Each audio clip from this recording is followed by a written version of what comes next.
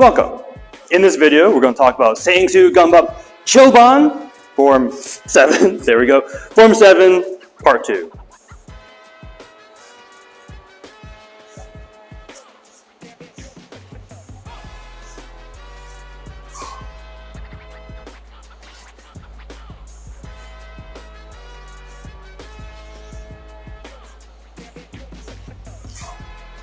Keep in mind, this entire section, right, the interpretation of what's going on at least, is almost entirely my own, if not entirely my own. So what's supposed to be happening is still a little bit eluding us, right? But let's take a look, right? So the first movement is going off on the 45, right? So I just parried someone and countered. I'm going off on the 45-degree angle. Again, stances have changed over the years, but we're going to be in a short stance X block, letting go of our right hand, short stance one-handed diagonal, and then step prepped for a block. There's going to be something coming in this way. I'm just going to shift my hips and come into that Ssangsu block this way. So what are we doing on this combination, right? So one idea is because we're using one-handed, right? You might think, hey, longer distance, right? So someone's over there, I'm like, ooh, I can just almost get you. So if that's the case, this is not a block so much as around the head, get some momentum and stability before throwing, right? So think a rolling cut as opposed to a block cut. So the idea is around the head, use your pinky ring middle, reach, and then this motion is to gather back that control, right? In case I was out of frame a little bit, I'm gonna actually go face you this way. So I just cut here, look on my 45, 1, 2, and then this is me getting back control, right? Side note, so if you ever do like nunchuck, for example, that's kind of what figure eights are also kind of for. So like after you strike, you can use figure eights to kind of get back control of the weapon, right? Because it's a soft weapon. So that's one interpretation. It's not bad, right? Just it's a long range shot. You always want to do something with this hand, right? You could do this if you really want to, but I recommend just keeping it nice and close because it's coming back up this way anyway, right? So that's one interpretation. Another interpretation that I like a little bit more, just because it changes target area a little bit, is this is moving past someone, kind of leaving a weird shot on your way through, right? So you either block or there's just a cover. I'm going to be striking their knee or their ankle, right, as I pass, bang, and then keep moving on. A third interpretation, I have mixed feelings about. In other circumstances, this is more true. You can do on this one, it's simply to essentially flummox the opponent, right? I'm here expecting a two-hand strike, one-handed and come back in for a two-hand position, right? Just being able to move between different hands, right? In a future form, so like in the yellow forms, for example, we have a lot of this kind of motion. It's less I am blocked, as opposed to 1, 2 coming in. You can also think about switching. That happens a lot later, like in 9, for example. But that's an opportunity that you can kind of think about, switching it up just to kind of do something weird. But yeah, so keep that in mind. I don't necessarily recommend it, but it's something that you could do. Next motion is a Ssangsu with a counter with a thrust to the throat, right? So the way I like to think of it is someone has thrusted or center cutted. I'm going to deflect a small note as I'm doing this. Instead, so worst case, straight across. Don't do this. No power. The angles of your wrists make it even less powerful. So also the timing of this is next to impossible to actually block anything. Better, circle, right? For me, even better is an ellipse up this way. This I take from kendo, actually. So with our blocking our sayomen, right? So it's more of an elliptical motion this way, as opposed to merely circular, or worse yet, this way, right? So keep that in mind as we do it, right? So you might see people do kind of like a half this way, kind of like more of a circle. I recommend, again, ellipse, right?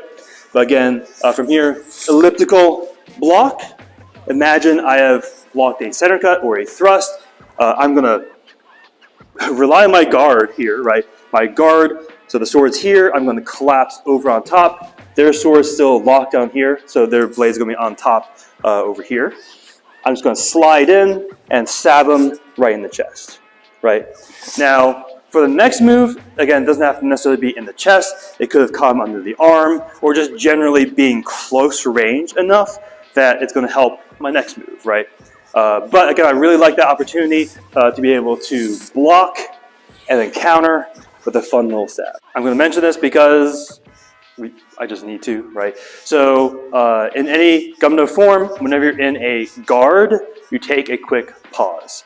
So guards include middle guard, high guard, low guard, and also Ssangsu, right? So that throws a wrench in the machinery a little bit, because if this is in fact a block, I have stopped a block or I stopped the cut, pausing, and then going for that stab, right? So the idea is there's going to be a pause there, which isn't great for countering, right? Because you obviously want to be able to block counter in a nice smooth motion. So keep in mind, in the form, you're going to kind of have that pause just because pauses are at guards. Just know I don't recommend that. I recommend just going straight in, one, and straight into that thrust next. Which leaves a really fun move, right? So this is going to be kachiball, right? I know I'm butchering that word. So the magpie cut. I'm going to do the more normal interpretation. Actually, I don't know. Like I think actually the normal interpretation is also one of my interpretations. But let's go through some of the obvious things, right? We're here, so we're going to turn. We're going to throw our hips back to bring our feet back, and we're going to dedicate to a very big cut, ending just above the floor. So we're here, we turn, and cut, right? Not the most stable position. Ideally, you're a little bit more on the balls of your feet and kind of up this way. So one interpretation that makes me giggle a little bit every time, I think I say this every time I talk about the kachiball, is there's someone like hiding in the bush, and you're like, ha! And then you move on. Don't be that guy, right?